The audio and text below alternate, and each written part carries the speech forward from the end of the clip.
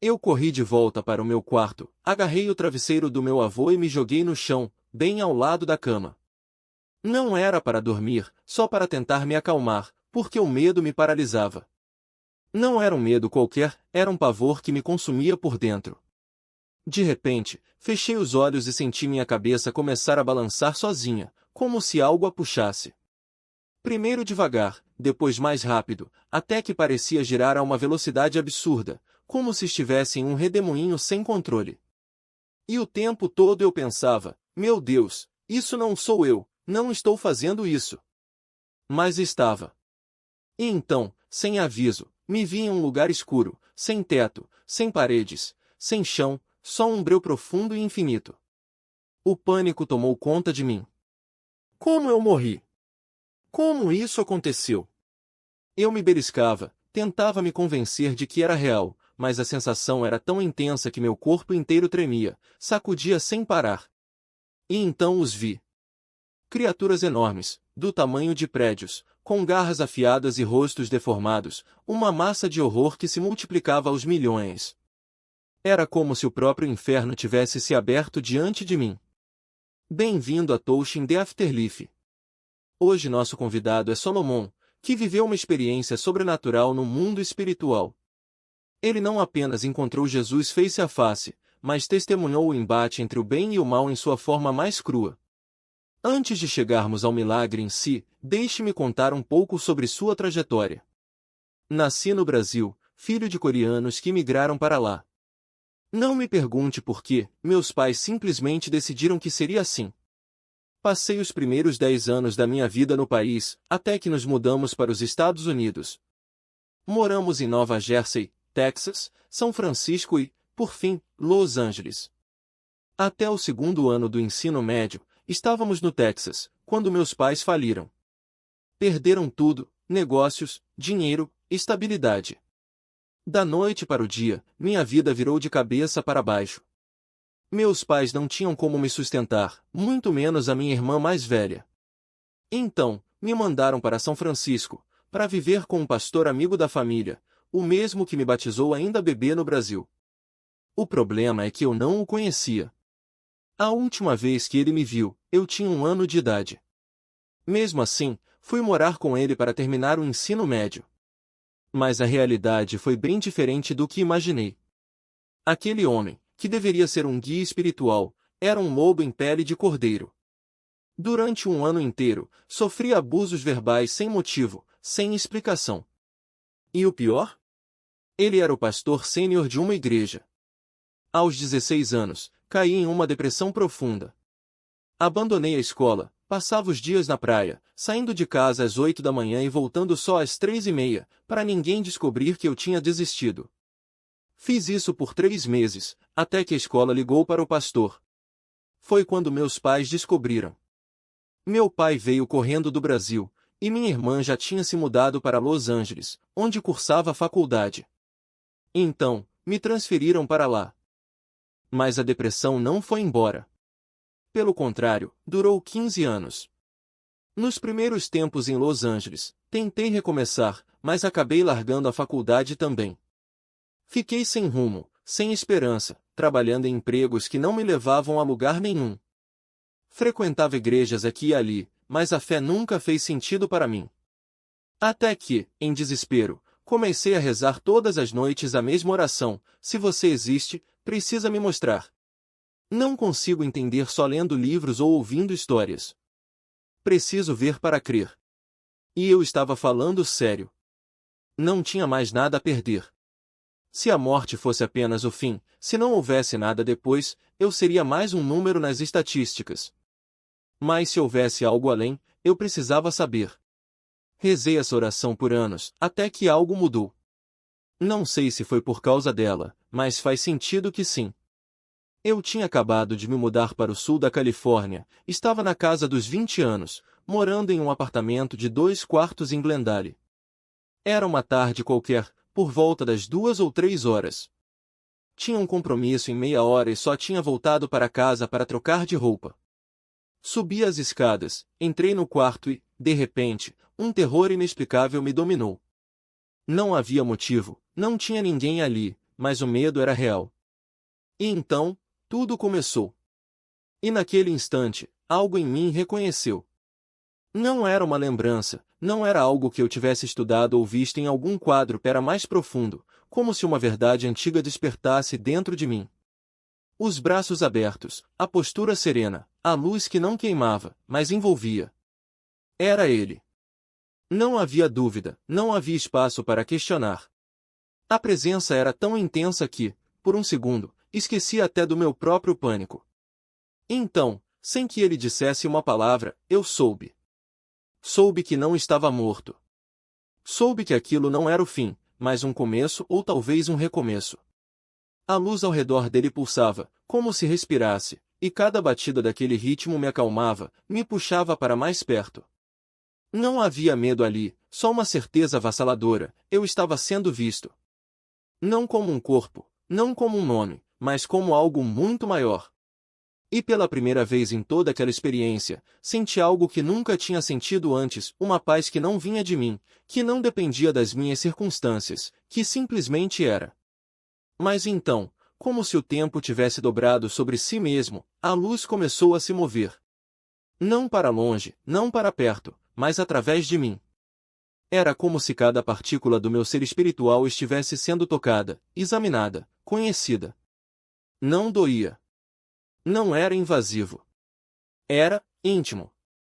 Como se alguém finalmente entendesse cada pensamento que eu já tivera, cada medo que eu já escondera, cada esperança que eu nem ousara confessar. E naquele momento, eu soube que ele sabia. De tudo. Então, veio a pergunta. Não em palavras, não em sons, mas em uma compreensão tão clara que parecia ter sido escrita no meu próprio coração. Por que você tem medo? Não era uma acusação. Não era um julgamento. Era um convite. Um convite para deixar de lado tudo o que eu achava que sabia sobre mim mesmo, sobre o mundo, sobre o que era possível. E, sem que eu precisasse responder, ele já sabia a resposta. Porque o medo não era meu. Era só uma sombra que eu carregava, uma sombra que ele estava ali para dissipar. De repente, a imagem começou a se dissolver. Não como algo que se apaga, mas como algo que se transforma. A luz se espalhou, o túnel se alargou, e eu me vi de volta, não no chão do quarto da minha irmã, não no apartamento em Glendale, mas em um lugar que não era lugar nenhum e era todos os lugares ao mesmo tempo. E então, como um suspiro, tudo voltou. Abri os olhos. Estava deitado no chão, ao lado da cama, com o travesseiro do meu avô ainda embaixo da minha cabeça. Minha mãe continuava dormindo no quarto ao lado. O relógio marcava 15h12, exatamente a mesma hora em que eu tinha entrado no quarto. Não tinha passado um segundo. Não tinha passado uma eternidade. Tinha passado apenas o tempo necessário. E eu sabia, com uma clareza que queimava mais do que qualquer dúvida, que nada nunca mais seria igual. Porque agora eu tinha visto. Não com os olhos, não com a mente, mas com algo que estava além de ambos. E o mais assustador? Eu não queria mais voltar a ser quem era antes. Def, você vê uma luz, ouve vozes, sente uma presença. Mas eu não vi nada disso. O que eu vi foi o vazio absoluto, o tipo de silêncio que só existe quando o corpo já desistiu, mas a alma ainda não sabe que tem para onde ir. E então, do nada, algo me puxou de volta. Não foi um médico, não foi um milagre óbvio. Foi como se uma mão invisível tivesse agarrado o fio mais fino da minha existência e me arrastado de volta para o mundo dos vivos. E quando abri os olhos, estava deitado na areia, com o gosto de sangue na boca e a certeza de que alguém ou algo tinha decidido que eu ainda não era hora. Mas agora, depois do que vivi, entendo por quê. Porque lá, onde eu estive, não havia espaço para dúvidas. Não havia talvez, quem sabe, será que é real? Era tudo ou nada. E quando ele sussurrou aquelas palavras, eu estou te aceitando no meu reino, não foi uma promessa vaga, daquelas que a gente ouve nos sermões e guarda no fundo do peito como um consolo distante. Foi uma sentença. Um veredito. E o mais incrível? Ele não precisou gritar. Não precisou de fogo, de trovões, de sinais grandiosos. Bastou uma frase, dita com a mesma naturalidade com que se diz um sim a um pedido simples. Porque lá, as palavras não são ditas e elas são. Elas não ecoam. Elas acontecem. E eu senti o peso daquilo. Não era só sobre salvação. Era sobre pertença. Como se, de repente, todas as peças soltas da minha vida, os erros, as dores, as vezes em que eu quis desistir tivessem encontrado seu lugar exato. Como se cada segundo de sofrimento, cada cicatriz, cada noite em que eu chorei sem saber por quê, tivesse sido apenas o preço de um ingresso que eu nem sabia que estava comprando. E agora, ali, eu entendia, não era sorte. Não era mérito. Era graça pura, crua, sem desculpas. A mesma graça que me tirou do deserto quando 10 homens me deixaram para morrer. A mesma graça que me fez sobreviver a um pai que me quebrou antes que eu aprendesse a me defender. A mesma graça que, contra todas as probabilidades, me manteve vivo quando o mundo inteiro parecia ter motivos para me apagar. E então, quando o amor parou de jorrar como uma cachoeira, quando a última gota daquela presença se dissolveu no ar, eu soube que algo tinha mudado para sempre. Não era só uma experiência. Era uma revelação. E revelações não voltam atrás. Elas queimam. Elas transformam. Elas deixam marcas que nenhum argumento, nenhuma dúvida, nenhum ceticismo consegue apagar. Porque agora eu sei o que significa morrer para si mesmo. Não é uma metáfora. Não é um conceito teológico bonito para se repetir em cultos. É literal. É como se, naquele momento, a versão antiga de mim tivesse sido apagada não com violência, não com dor, mas com um amor tão intenso que não deixou espaço para mais nada. E quando voltei, não era mais o mesmo. Não era o garoto que se defendia nas ruas, não era o homem que carregava ódio no peito, não era nem mesmo o cristão que rezava por fé cega. Era alguém que tinha visto. E quem vê não precisa acreditar. Agora, toda vez que alguém me pergunta como é o céu, eu sorrio. Porque a resposta é simples, não é um lugar. É um estado. Um estado de ser onde cada fibra do seu corpo, cada pensamento, cada respiração, está imersa em algo que não pode ser descrito, só vivido. E quando você volta, carrega um pouco disso dentro de si. Não como uma lembrança, mas como uma fome. Uma fome que não se sacia com nada deste mundo. Nem com amor humano, nem com sucesso, nem com paz. Porque nada aqui embaixo chega perto daquilo. E é por isso que eu não tenho medo da morte. Não porque eu seja corajoso. Não porque eu tenha respostas para todas as perguntas. Mas porque eu já estive lá. E sei que, quando chegar a hora, não será o fim. Será o reencontro com o único amor que nunca me abandonou mesmo quando eu não merecia. Mesmo quando eu não sabia que ele estava ali. E se você está lendo isso e ainda duvida, eu entendo. Porque antes de viver aquilo, eu também duvidava. Mas agora? Agora eu sei que a dúvida é só o último refúgio de quem ainda não foi tocado pela verdade. E a verdade, meus amigos, não precisa de provas. Ela acontece. Ver qualquer coisa?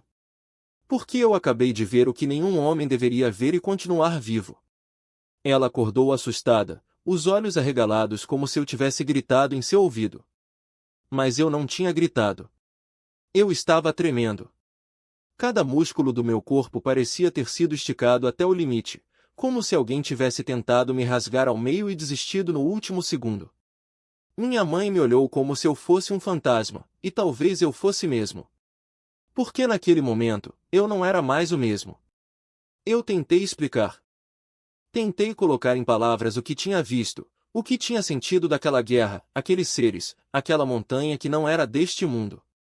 Mas as palavras saíam todas erradas, como se minha boca não conseguisse acompanhar o que minha alma tinha testemunhado. Ela me ouviu em silêncio, os lábios apertados, os dedos entrelaçados com força.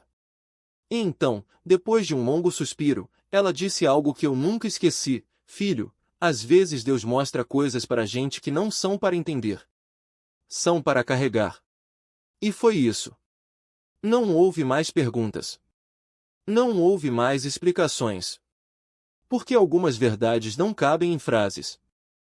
Elas queimam dentro de você, como um fogo que não consome, mas transforma. E naquele dia, eu soube que não importava o que os outros dissessem, não importava se acreditavam ou não. Eu tinha visto. Eu tinha vivido.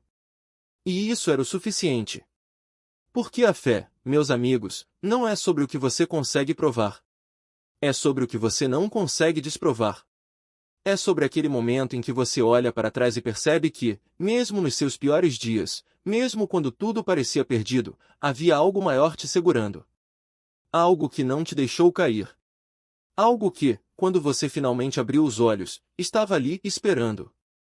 E se você ainda acha que isso é loucura, eu entendo. Porque antes de viver aquilo, eu também acharia. Mas agora? Agora eu sei que a maior loucura é passar a vida inteira procurando respostas, e no final, descobrir que elas sempre estiveram dentro de você. Só esperando que você parasse de duvidar e começasse a sentir. E se eu te dissesse que, naquele momento, o som que eu ouvia não vinha do meu corpo, mas de algo muito além dele? Minha mãe olhou para mim como se eu tivesse perdido o juízo. Do que você está falando? Eu nem sabia que você estava aqui. E eu entendi. Como explicar que, mesmo com a cabeça apoiada no travesseiro, aquele ruído daquele som de algo se movendo, como se alguém arrastasse uma prateleira, não era físico? Não era o meu crânio, não era o meu corpo. Era algo dentro de mim, algo que me puxava para fora, como se mãos invisíveis me levantassem. Poderia ter sido um anjo? Poderia ter sido o próprio Cristo? Não sei. Só sei que não era daqui. Quando minha mãe disse que nem sabia que eu estava ali, algo dentro de mim se quebrou e se reconstruiu ao mesmo tempo. Eu contei tudo. Acho que acabei de encontrar Jesus. Não foi uma suposição. Foi uma certeza. E, claro, na minha família, só minha mãe e minha irmã mais velha acreditavam. Meu pai e eu? Éramos céticos. Mas minha mãe não duvidou.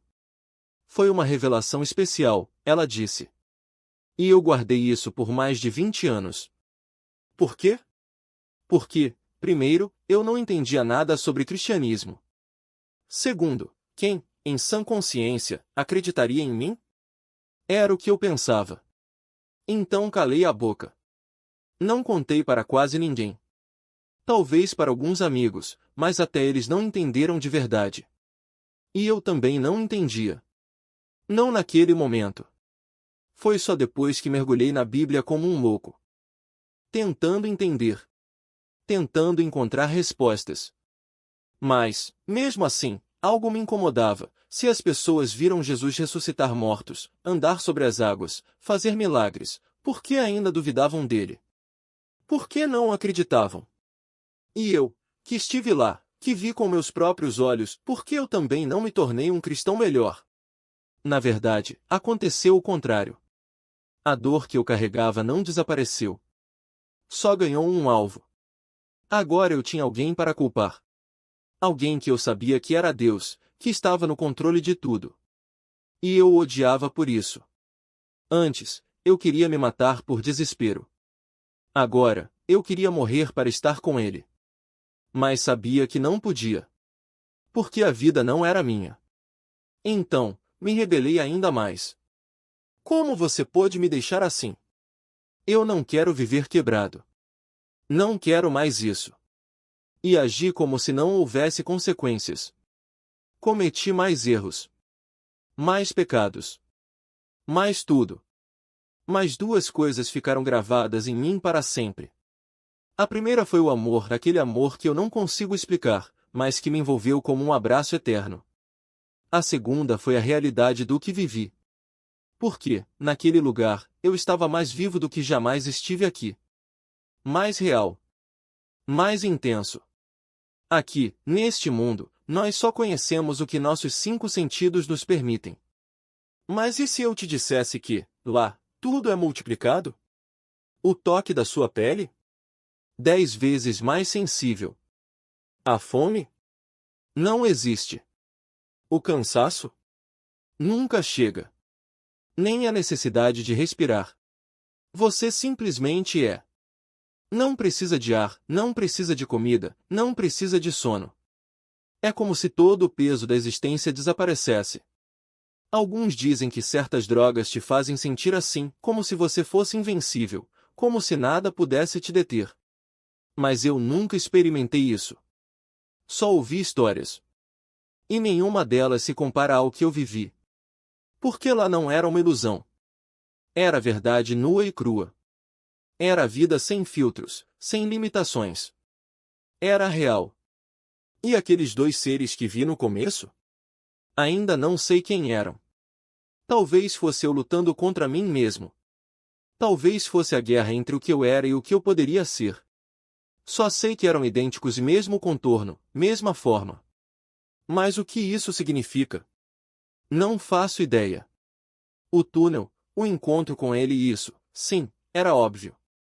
E a batalha entre anjos e demônios? Também real. Tão real quanto a minha descrença depois daquilo. Passei 20 anos sem pisar em uma igreja.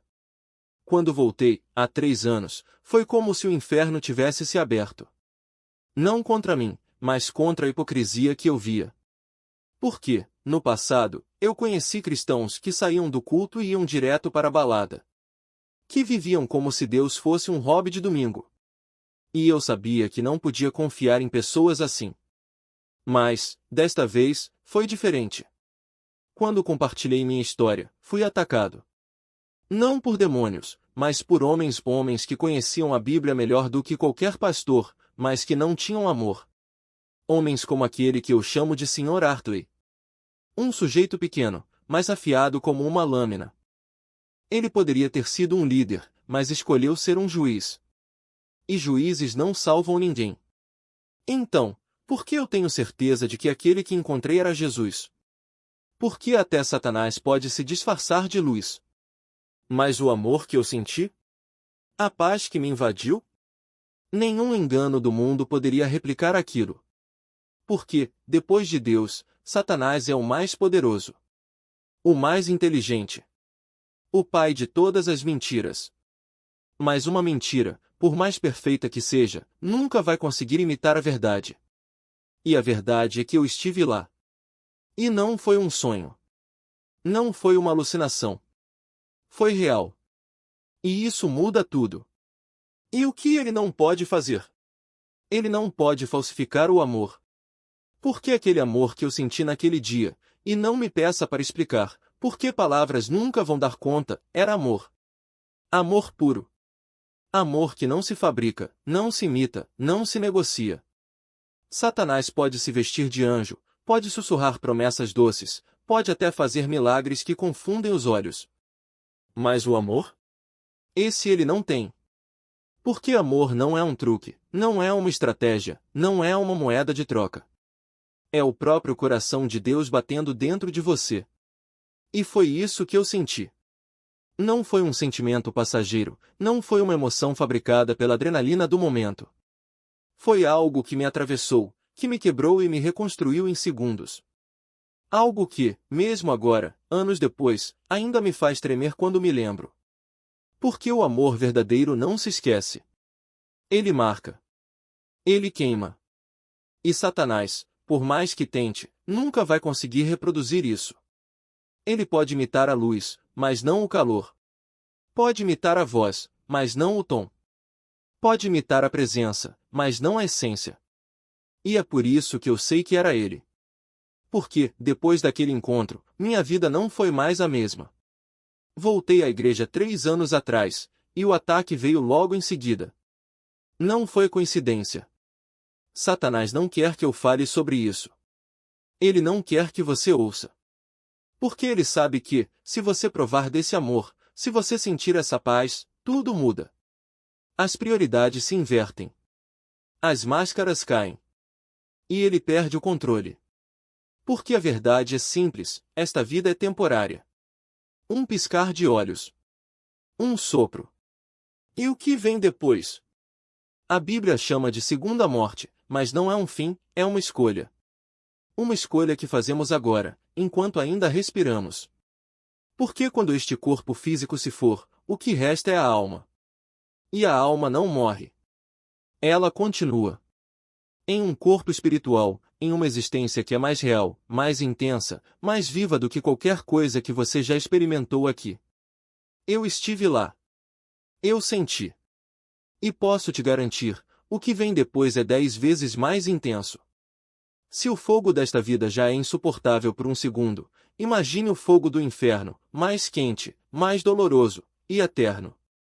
Não é um castigo arbitrário. É a consequência natural de uma vida vivida longe de Deus.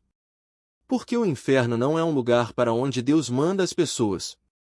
É o lugar para onde elas escolhem ir quando rejeitam a única coisa que pode salvá-las, o amor de Cristo. E não me venha com desculpas. Não diga que não conhece Jesus. Conhecer sobre ele não é o mesmo que conhecê-lo. Você pode saber tudo sobre Hitler, suas datas, suas batalhas, suas ideologias, mas isso não significa que você o conheceu de verdade.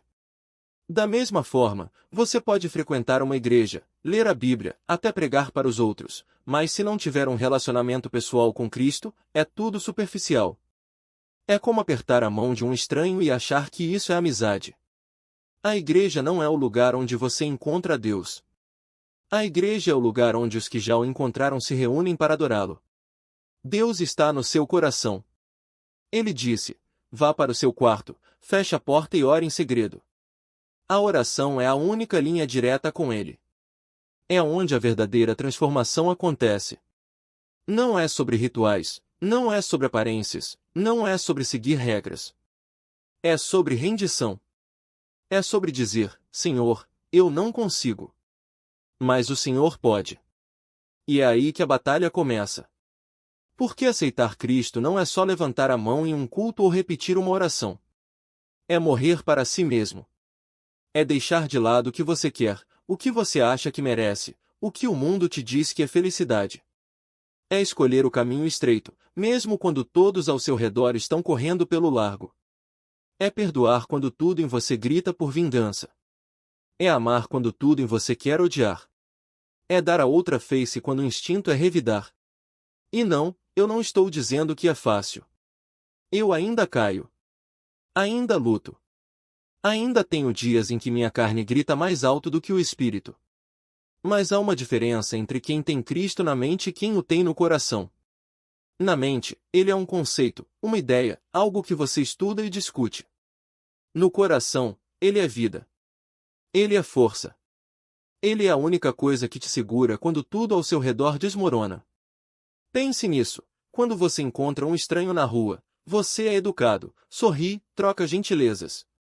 Mas se esse estranho morresse amanhã, você não sentiria nada.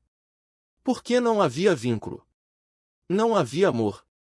Agora, se fosse um ente querido, a dor seria insuportável. Porque o amor verdadeiro cria raízes. Ele transforma desconhecidos em família. É a mesma coisa com Jesus.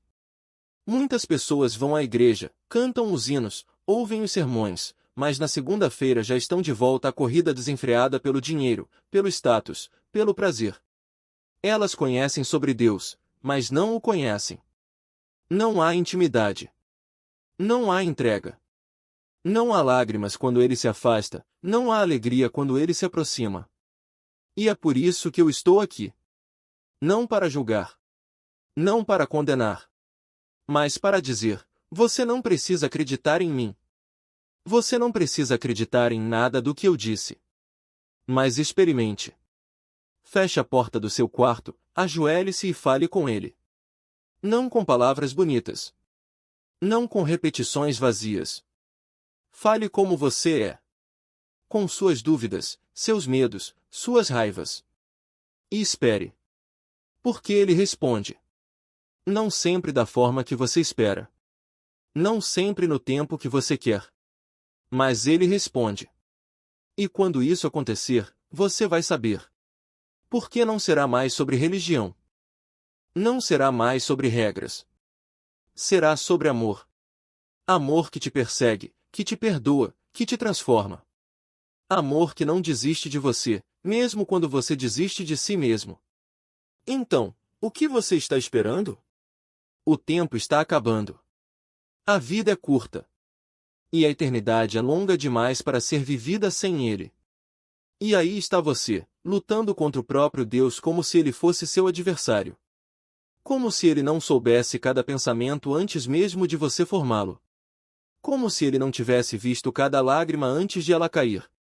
Você grita, questiona, desafia, e ele? Ele apenas espera. Porque no fundo, você sabe que ele é a única resposta que nunca te abandonou. Você diz que não o conhecia? Mas ele sempre te conheceu. Desde antes de você existir, ele já sabia de cada queda, de cada ferida, de cada momento em que você pensou em desistir. E mesmo assim, ele te escolheu. Mesmo quando você o empurrou para o banco de trás da sua vida, ele continuou ali, paciente, como um pai que não desiste do filho rebelde. Você fala de guerra, e é verdade, há uma batalha. Mas não é contra Deus. É dentro de você. Entre o que você foi ensinado a acreditar e o que você realmente vive. Entre a fé que você mostra aos domingos e a vida que você leva de segunda a sábado. Entre o amor que você diz ter e o ódio que ainda carrega no peito. E nessa luta, você descobre que não está sozinho. Porque ele está ali, no meio do caos, segurando sua mão mesmo quando você tenta puxá-la de volta. Você já se perguntou por que ele não te tirou do fogo antes? Por que deixou você chegar tão perto do abismo? Porque ele sabia que só assim você entenderia. Que só quando você não tivesse mais forças para lutar é que finalmente o deixaria te carregar. Que só quando a dor fosse insuportável é que você aceitaria o amor que ele sempre ofereceu. E então, depois de anos de batalha, de noites em claro, de dias em que você pensou que não aguentaria mais, você olha para trás e percebe, ele nunca te deixou. Mesmo quando você o acusou, o xingou, o desafiou. Mesmo quando você disse que não acreditava mais. Ele estava ali. E agora, você entende. Não foi uma religião que te salvou. Foi um relacionamento. Um amor que não desiste, não se cansa, não se ofende. Você ainda fuma um maço por dia? Ainda carrega cicatrizes que ninguém vê? Ainda luta contra pensamentos que te arrastam para baixo? Tudo bem. Deus não espera a perfeição. Ele espera honestidade. Ele não quer um cristão de fachada.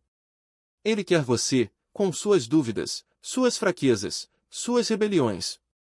Porque é aí, no meio da sua bagunça, que ele faz o milagre. E quando você finalmente parar de lutar contra ele, quando finalmente se render, vai perceber que a guerra nunca foi contra Deus. Foi contra você mesmo.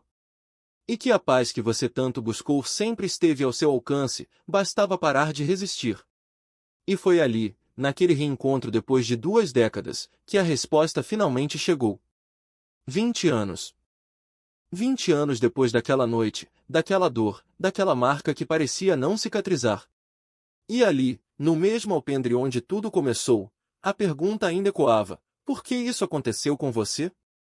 Por que não melhorou, mas piorou? Porque Jesus é soberano. Meu alfa e meu ômega. Ele sabia que, se aquela revelação não tivesse chegado naquele exato momento da minha vida, eu não teria sobrevivido. Ele conhecia a fúria que eu carregava. Ele via cada ferida, cada golpe que ainda sangrava por dentro. Sabe quando foi a última vez que meu pai me bateu?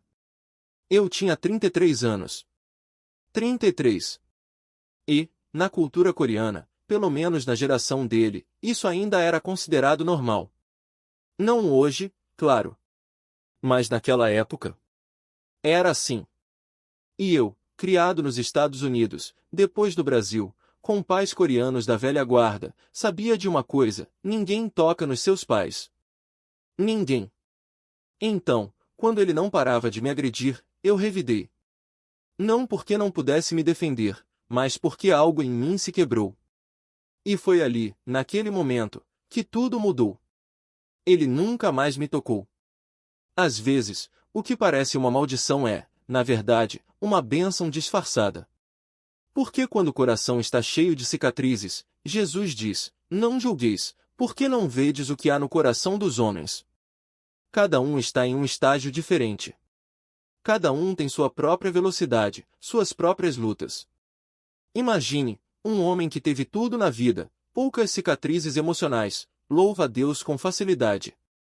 Obrigado, Senhor, por tudo. Claro, é fácil quando a vida não te esmagou. Mas e aquele que passou pelo inferno e voltou? Aquele que quebrou todos os ossos na queda? Quem precisa de mais tempo para ouvir? Quem está enfrentando desafios maiores? É por isso que não julgamos.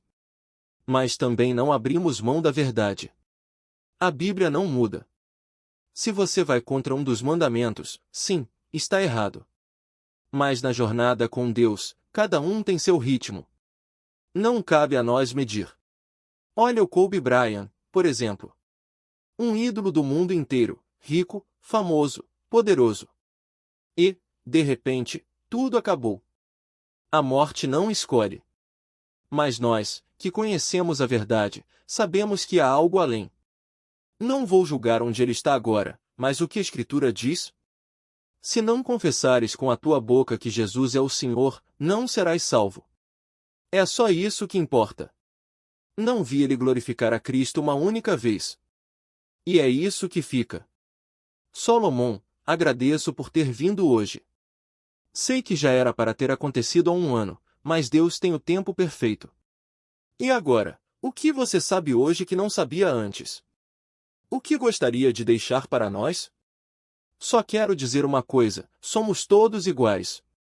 Não importa de onde você vem, sua cultura, seu passado. Somos todos humanos. Estamos todos no mesmo relógio. Cada dia é uma aposta, porque eu prometo, como testemunha, que isso aqui é só o começo. Sei que meu testemunho não vai consolar ou mudar ninguém por si só. Mas espero que, através de vozes como as deste canal, você pelo menos dê uma chance. Porque ele vai ao seu encontro no meio do caminho. Mas você precisa dar o primeiro passo. Não o ignore. Não adie. Amanhã pode ser tarde demais. Meu desejo é que, através do que vivi, você entenda, não precisa de um milagre grandioso para encontrar Deus. Basta olhar. Ele já venceu. Jesus já pagou o preço. Você não precisa carregar o peso dos seus pecados. Basta entregar o coração. Ele cuida do resto. Para quem acha que chegou ao fim, que não há saída, que todas as luzes se apagaram, há uma que nunca se apaga. A luz eterna. E quando você estiver no fundo do poço, sem ninguém ao seu redor, ele estará lá. Sempre. Esse é o recado que tentamos levar ao mundo que não conhece a verdade. Nós também não conhecíamos. Mas Jesus não apareceu na minha vida porque sou especial. Eu fui atrás dele. Por desespero. E é por isso que digo, o sofrimento nem sempre é ruim. Às vezes, é só o ponto de virada. Obrigado por compartilhar sua história e nos dar um vislumbre do que nos espera, aquele lugar glorioso, aquele amor que você descreveu. Mal podemos esperar. Agora, que tal encerrarmos com uma oração, derramando o coração diante de Deus? Pai, Senhor Jesus, Espírito Santo, obrigado por este momento, por esta plataforma, por Dio lhe levar a boa notícia, esperança, salvação, misericórdia, graça. Sabemos que nossa vida é breve, e tantos ainda estão perdidos. Cegos pelo que veem, vulneráveis, sem entender. Ajude essas pessoas a virem a Ti com tudo o que têm. Para que saibam que não estão sozinhas. Tu já mostraste isso. Mesmo quando achamos que estamos sozinhos, não estamos. Tu já venceste no momento em que deste tua vida por nós. Tu és o Alfa, o Ômega, o primeiro e o último. Que toda língua confesse que não há outro Deus, não há outro Senhor. Peço por Julian e por este canal, para que mais e mais pessoas venham a conhecer e glorificar o Teu nome. Nunca é tarde demais para ninguém enquanto há fôlego. Mas um dia, o tempo acaba. Que todos encontrem a Ti antes disso. Em nome de Jesus, amém. Nenhum de nós é louco. Nenhum de nós inventa histórias ou vive de ilusões. Isto aqui é real, tão real quanto o ar que respiramos. Tu conheces o meu coração, Senhor, e sabes que não estou aqui por mim. Por 20 anos, mesmo depois dessa revelação, ainda me perdi em minhas próprias vontades, mas agora é tempo. Já era tempo. Tudo é por Ti, pela Tua verdade, pela tua glória. Tu és o caminho, a verdade e a vida. Obrigado, Senhor, por absolutamente tudo, o que foi bom e o que pareceu ruim, pois até isso serviu para um propósito maior em tuas mãos. Peço que apenas mais encontre o caminho. Porque sei que tu vais ao encontro deles, que tu não deixas ninguém para trás. Mais uma vez, agradeço por esta oportunidade. Agradeço pela coragem que só vem de ti, oro para que eu tenha sido digno do teu chamado. Porque só tu mereces toda a honra, só tu és o Senhor e Deus deste universo. Nada escapa ao teu domínio, nada foge da tua soberania. Em nome de Jesus, eu oro. Amém.